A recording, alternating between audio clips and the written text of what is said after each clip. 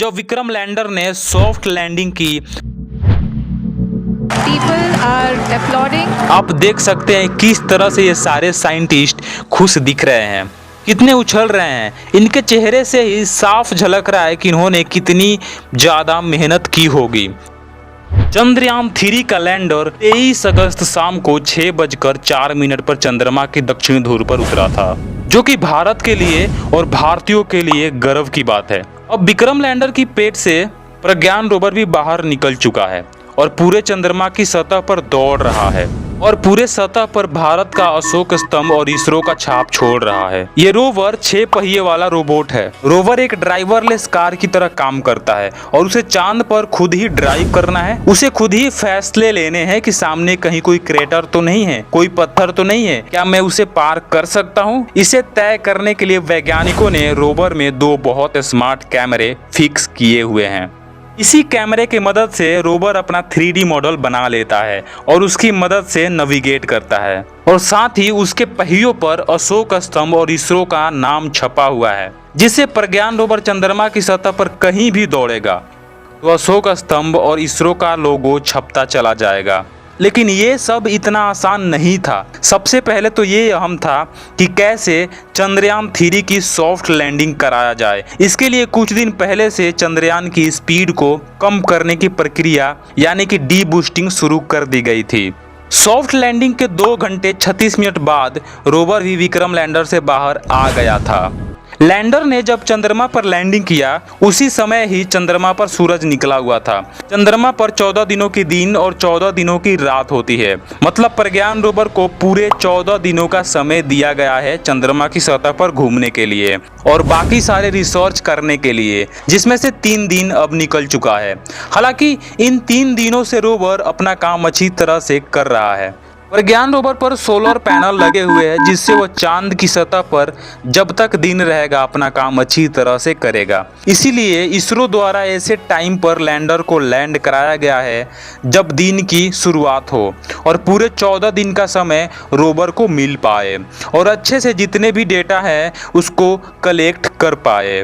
फिर जैसे ही चांद की सतह पर रात होगी रोवर की ऊर्जा कम होती चली जाएगी। अब बात करते हैं कि रोवर क्या क्या डेटा कलेक्ट करेगा। इसमें से पानी सबसे बड़ी चीज है। इसके अलावा वहां पर दुर्लभ चीजें मिलने की भी संभावना है। चांद पर यूरेनियम, गोल्ड या किसी भी प्रकार का दुर्लभ धातु मिल सकता है। हीलियम 3 होने की भी संभावना है, जिससे न्यूक्लियर ईंधन बन सकता है। इन सब चीज़ों को अध्ययन करने के लिए रोवर में विशेष प्रकार के सेंसर भी लगे हुए हैं। अब बात ये आती है कि रोवर संपर्क कैसे करेगा, इसरो रोवर से कम्युनिकेट कैसे कर पाएगी, रोवर द्वारा कलेक्ट किया हुआ डेटा इसरो तक कैसे पहुंचेगा। हम आपको बताना चाहेंगे कि इसके लिए भी खास ध्यान रखा गया है इसरो के तरफ से, क्योंकि सारा खेल तो संपर्क का ही है। संपर्क टूटा मतलब खेल खत्म, लेकिन ऐसा कभी नहीं होगा। रोवर प्रपोर्शन और लैंडर मिलाकर 10 से ज़्यादा एंटीना है और एक खास बात यह है कि रोवर चंद्रयान 3 के मॉड्यूल से तो संपर्क साध ही सकता है, साथ में चंद्रयान 2 के मॉडल से भी संपर्क कर सकता है। यहाँ तक कि विक्रम लैंडर भी दोनों ही चंद्रयानों के मॉड्यूल से कम्युनिकेट कर सकता है। ये धरती पर इसरो के स्टेशन से सीधे भी संपर्क साध सकता है। तो इतने सारे रास्ते हैं कि संपर्क टूटने की अवसर शायद ही आए। इसीलिए माना जा रहा है कि इंडियन गवर्नमेंट और इंडियन साइंटिस्ट के लिए ये अब तक की सबसे बड़ी उपलब्धि है।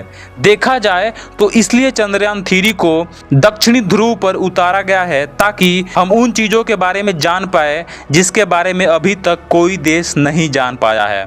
रूस भी यही प्लान कर रहा था। ठीक इंडिया के चंद्रयान 3 के पैरेलल लूना 25 को लॉन्च किया गया था रूस के तरफ से, लेकिन हुआ ये कि रूस को इस मिशन में सफलता नहीं मिली। वहीं भारत रूस को चुनौती देते हुए सॉफ्ट लैंडिंग करके इस मिशन में सफल हो पाया और दुनिया का पहला ऐसा देश बना भारत जिसने चंद्रमा के साउथ पोल पर लैंड किया। वही चंद्रमा पर लैंड करने वाला चौथा देश बना।